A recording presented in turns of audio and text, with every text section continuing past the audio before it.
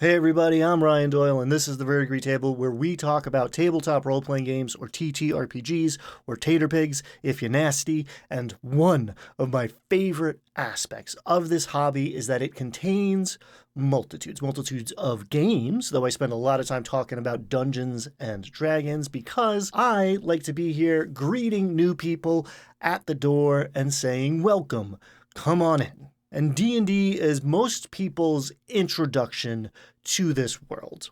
And within just D&D, as it is in the rest of the TTRPG space, you will find multitudes of people. And I think that's cool. There are people out there who are into the tactical strategies of complex battles, while others are improvisational acting their way to the depths of the human condition, and plenty of people are there just hanging out, having a good time with their friends or their family, and don't dismiss how good it is to just spend some time having fun, especially these days. Enjoy it. Savor it.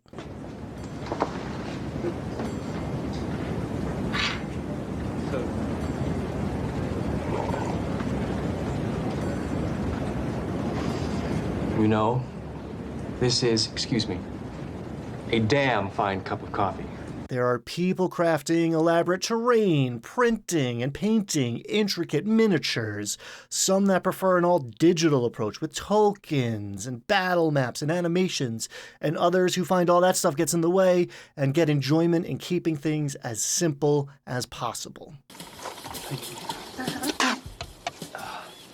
Damn good coffee. And hot.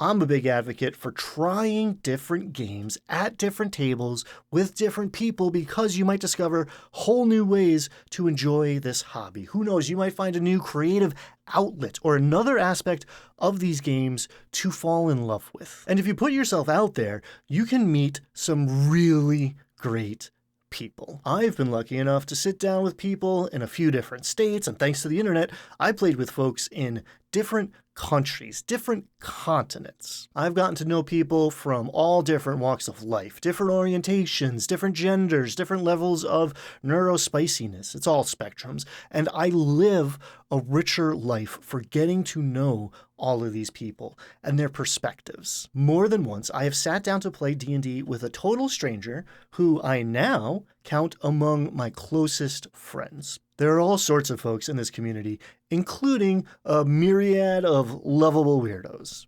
I gotta warn you, Albert's lacking in some of the social niceties. Nobody's perfect. Isn't that the truth? All right.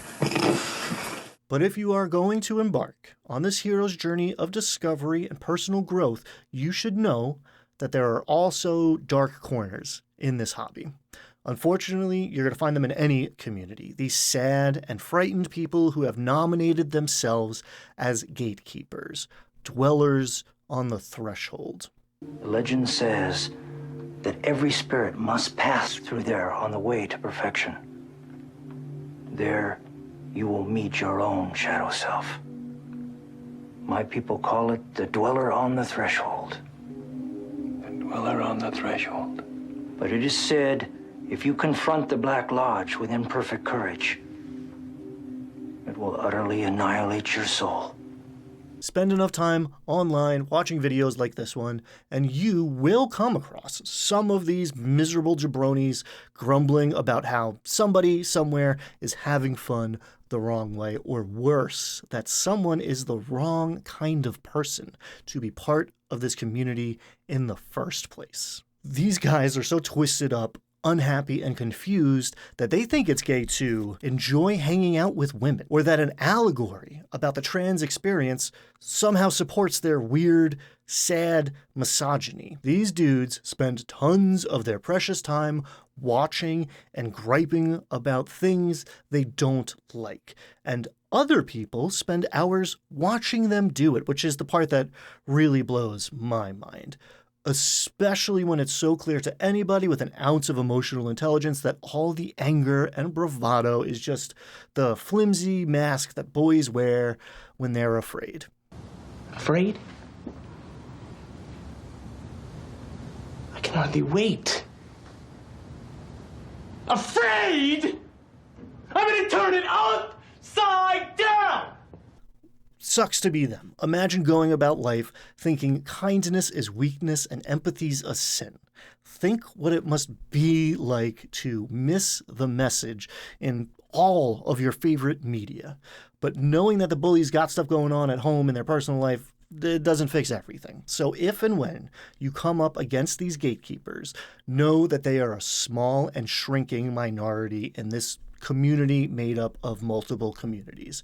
Most won't admit to themselves that they are a minority, maybe because they hate minorities, but they are vastly outnumbered by the multitudes of chill, interesting people creating cool stuff and good times in this hobby. And despite these comic clowns chanting "Go woke, go broke," TTRPGs have never been bigger or broader or better. So get out there, free your mind, follow your bliss, and don't waste a lot of time worrying about those threshold dwellers.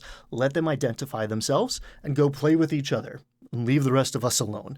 And if you are one of those toxic few, and somehow you made it this far, I will share the immortal words of David Lynch. Fix your hearts or die. And when you became Denise, I told all your colleagues, those clown comics, to fix their hearts or die. Yes, and as I've said many times before, Gordon, I can never repay you enough for that kindness. The thing about Threshold Guardians is we just have to get past them. We don't need to change their minds, convince them of some other way of going about doing things. We want to get to where the good stuff is, and if they want to stay out on the edge being jerks, let them.